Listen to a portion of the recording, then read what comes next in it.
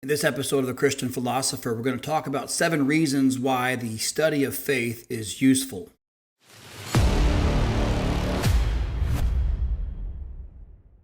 What's up, everyone? Scott Sullivan here. We're going to talk about today 7 reasons why the study of faith is useful. Theology is the study of what God has revealed.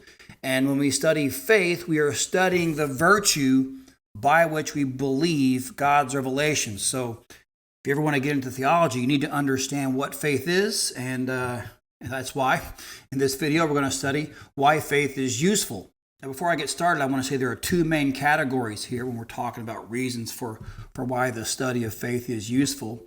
The first one is because of the dignity of the object of faith, and the second one is because of the errors regarding faith. So we got the dignity of the object of faith on one hand, and because of the errors of it regarding faith on the other hand. The first reason is because faith is the foundation of human salvation.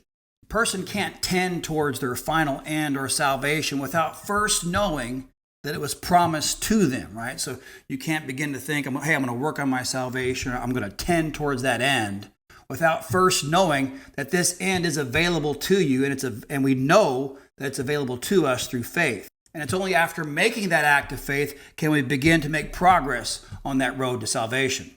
The second reason is because faith adds a new light to our intelligence. We normally know things through our intellect. We have this natural sort of intellectual knowledge that's just proper to human nature. But faith gives us a new source of knowledge. It is through faith that we can learn about supernatural things that we can't know otherwise. So the second reason is because faith sort of gives us this new insight into things we wouldn't be able to know otherwise. The third reason is because faith is a safeguard against error. Sometimes you hear sort of like these like these liberal Christian types that want to be free from dogma. Hey, I want to be free from all dogma. That's just silly when you think about it, because dogma, as defined, is something that God has certainly revealed to us. Why would you ever want to be free from that? You want more dogmas, not less, right?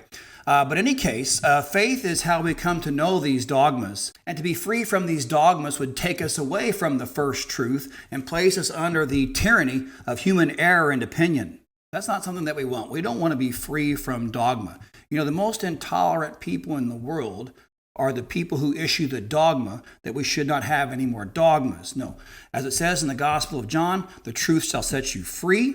And so faith is sort of this safeguard against error. Now, the fourth reason is because faith is a constant source of consolation and strength. When you know God through faith, you can know that God loves you, that His providence takes care of all things. You can know yourself to be a child of God under God's care and so on.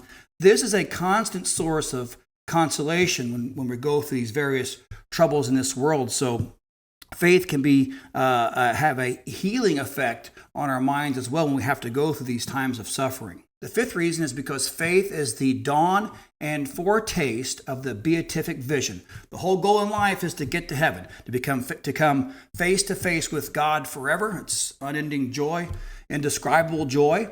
And faith is the beginning of that. Of course, we're not seeing God face to face yet, but there is a sort of participation in the beatific vision when you know God here through faith. The sixth reason is because faith is a gift from God. When we study faith, what you're learning about is God's gift to us. It's the beginning of salvation. There really is nothing more important than that. So the study of faith is the study of the gift of God that's been given to us in order to reach our final destiny. And finally, the seventh reason is because of all the errors on faith. There are a lot of different, schools of thought regarding our knowledge that are erroneous, that are false. For example, empiricism, the idea that we can only believe and know what we can sense experience. Or on the other end of the spectrum, rationalism, the idea that, we can know things on faith, that's okay, but only if we can prove it too.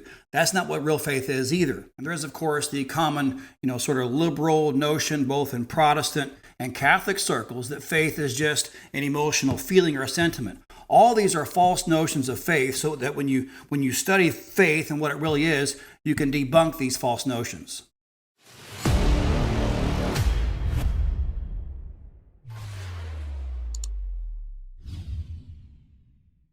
Hey guys, just real quickly here, if you like these videos and you want to learn more about some of the stuff that I teach, you can visit my website, scottmsullivan.com.